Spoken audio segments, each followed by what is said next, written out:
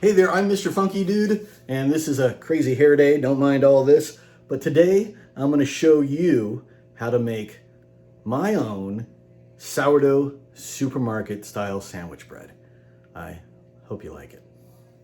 Here are the ingredients that you're gonna need. You're gonna need flour, butter, water, sugar, salt, buttermilk, of course, your starter, sourdough starter. And that's it. And we're going to go from all this and make some nice, tasty bread. You can find the recipe for this down below. For those that don't know, a tangzong is a Japanese style of super hydrating your flour before you put it in. That way, your bread will hold a lot more moisture. We're going to take our flour and our water, dump the flour in, take the water, pour that in. Then we're going to turn up the fire to a medium heat. Put it on medium. Actually, I like it a little below medium. And then what you're going to do is you're going to get it all incorporated, stir it all around. Make sure that you break up those clumps as much as you can. You want to keep it on the fire. Don't splash too much on the sides if you can help it. Scrape it from the sides if you have to. The object here is what we want to do is eventually get to this to a kind of soft paste. And that's when we know the flour that we put in has been super hydrated and will be ready. Shouldn't take more than a few minutes. I can already feel it. It'll paste up like really quick once it starts. So you gotta be vigilant. You can't walk away from this. Gotta watch it. Okay, now you can kind of start to see it to paste up a little bit. That's good, that's what we want to see. We want to get it to like a, if you imagine a wet style of mashed potatoes, basically consistency is what we're looking for here. And you can see as it's getting thicker with the heat, all that flour is getting super hydrated. And there we go, that's the consistency we're looking for right there. All the flour is super hydrated. You don't want to burn it.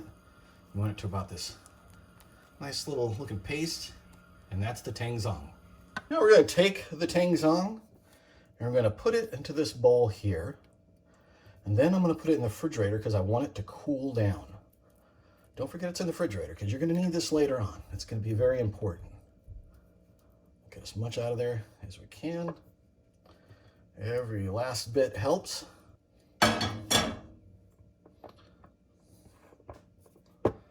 I'm going to set this in the refrigerator to cool. Okay, the next thing we're going to do is we're going to take our flour, put it in a mixing bowl, along with sugar and our salt. Get all that in there. And I'm going to take that and whisk it all up. Let's get it all incorporated. I'm gonna make sure that gets in there. All nice. All right, now we've got the flour, the sugar, the salt in the mixing bowl. We got our dough hook attachment here. And we're gonna let that run on slow as we add our buttermilk and our tangzong and our starter. First thing we're gonna do is add our buttermilk, slowly, a little at a time.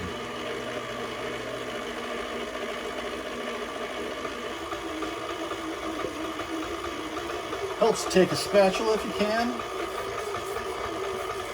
Be careful not to get your fingers in there. That dough hook, and take it right off. Let's incorporate all that as much as we can. Then we're going to take our starter. We're going to add that to the mix.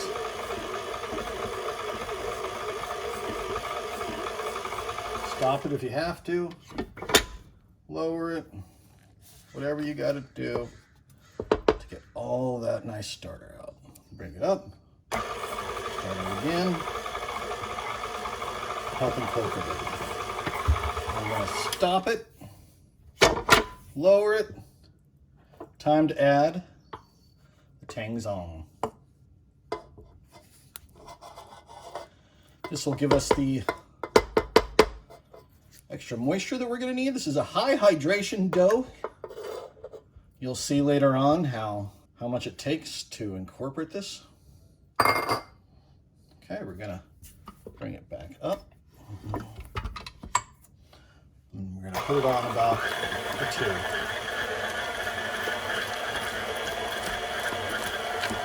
Now, as that slowly starts to incorporate in there, as it becomes firmer and firmer, make sure you get the stuff in the sides there. Let's stop it for a second. And now it's time to add our butter. We're going to add it a cube at a time.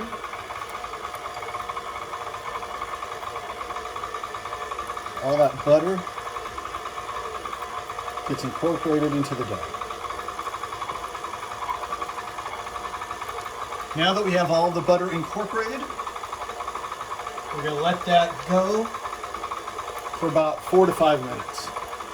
I like to put it on about 3.5, 4. Your mixer may be different. Okay, once we've got it to the consistency that we want, where the butter is incorporated into the dough, there's no huge lumps or anything like that, we're going to lower this, take off the dough hook, and scrape as much of that dough off as we can of the hook. Every little bit helps. And we're going to take this, we're going to move it over to the workbench. Okay, we've got our dough. Now what we're going to do is we're going to let this rest, but first I kind of want to get all the sides off and let it get to the center as much as possible. And we're going to let this rest for about 30 minutes. It's been a half hour. We've let this rest. Now what we're going to do is give this 3 sets of stretch and folds with a half hour between every stretch. So I get my hands wet and I'm going to dig down here. I'm going to grab that. I'm going to pull it over. I'm going to turn,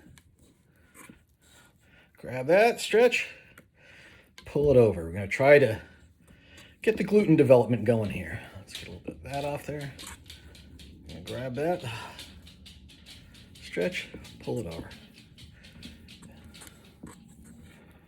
Grab that, stretch, pull it over.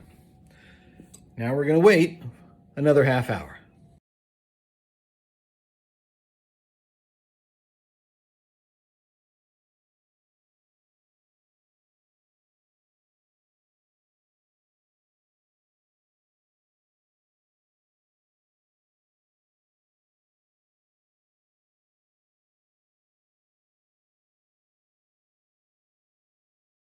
It's been a half hour, and now we're going to do another set of stretch and folds. This will be our 3rd set of stretch and folds. We're going to do a window pane test.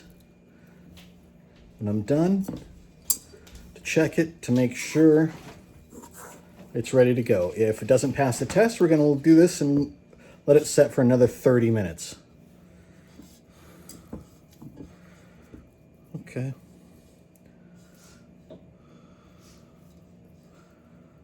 I think we're going to let it set for another 30 minutes and see if we can get a little stronger after that. One more set.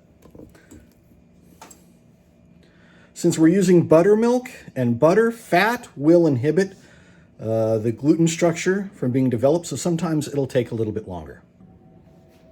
It's been another 30 minutes. We're going to get another set of stretch and folds. I wet my hands. And you can see that there is more gluten development. It is holding together more, stretchy more. And as you can see, we should get a good window pane test from this. Let's see. Yeah, that's good. It's breaking a little bit, but that's, it's a very hydrated dough. But I think that's gonna be okay. That's gonna be fine. Now we're gonna take this. We're gonna put it into a bulking container.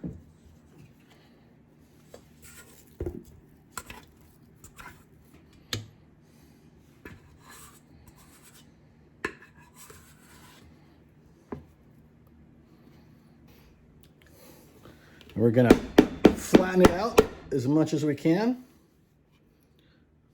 It's very sticky, gotta be careful. And I am going to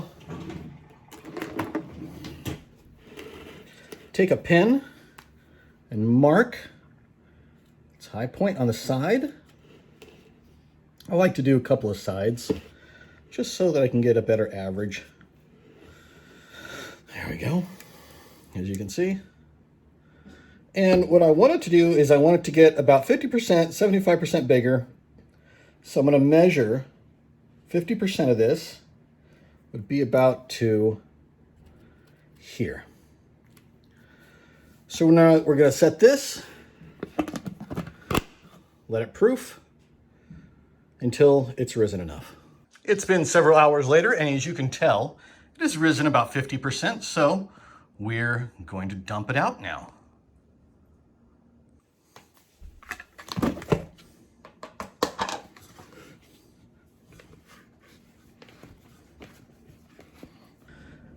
As you can see, this is a very high hydration dough, so it looks very wet and flimsy. What we're going to do is try to shape that. And what we're going to do,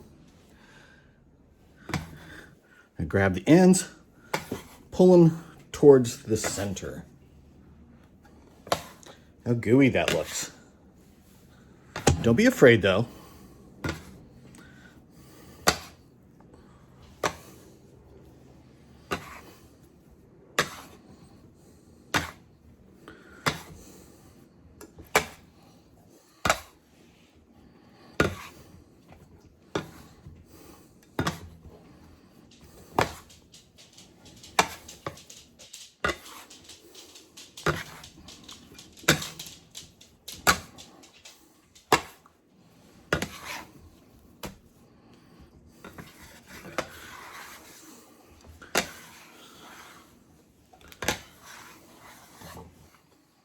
Shape this into a bowl best we can.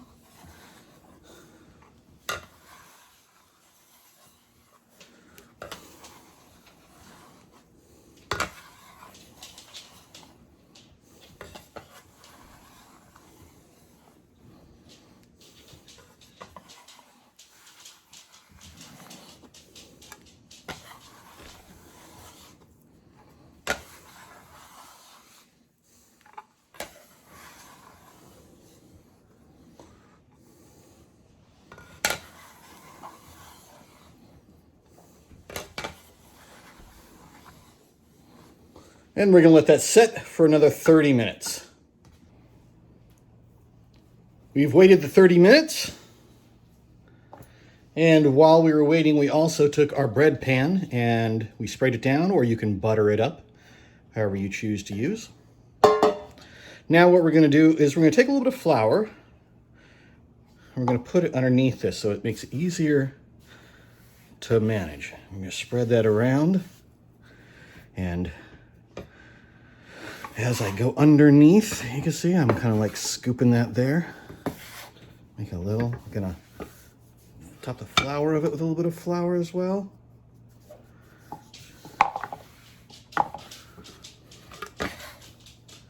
Make it a little easier to work with. We're gonna pick it up. So this flour that I'm using is gonna make it easier to work with, because what I want to do here is I want to stretch this out. I want to get enough flour underneath that I can do that. And I'm going to take this, turn it over. There we go. We're just going to play with this, get it nice and stretched out.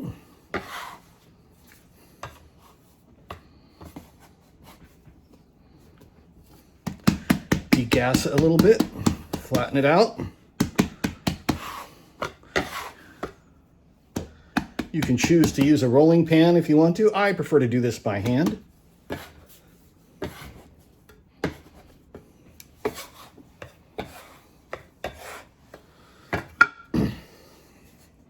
There we go. I know it's a little off center. Sorry about that. So what we're going to do now is we've got this all tucked out. We're going to roll this up The way we're going to do that is we're going to take part of it and go like this. We take this half and go like this, okay? And then we're going to take the ends and we're going to just roll that right up.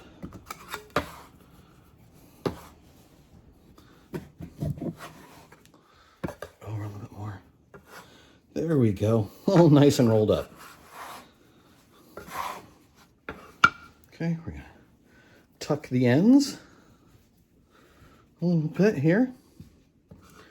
I'm going to take this, and you can see I've gotten it to where it's about the same here, right? Pretty close, pretty darn close. Set that over here. And we're going to move it from here to here. There we go. A little left over. Set that in there.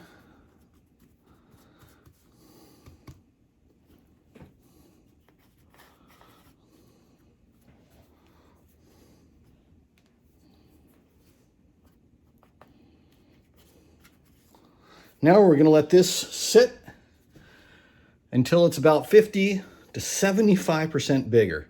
So I want to see it coming over the top before I put it in the oven. As you can see, the dough has risen, so we're going to put this in the oven now. Okay, we've got the oven set to 375. We've got a baking sheet there, and we're going to set the bread on top of that. We're going to let that bake for about 35 to 40 minutes. I've taken the bread out of the pan after it's been done cooking for about 40 minutes, and here it is. All done. Nice, beautiful loaf of sourdough buttermilk bread. And that's it. It took long enough, but it'll be worth it. I'm going to have it for breakfast tomorrow morning. I'll let you know how it is.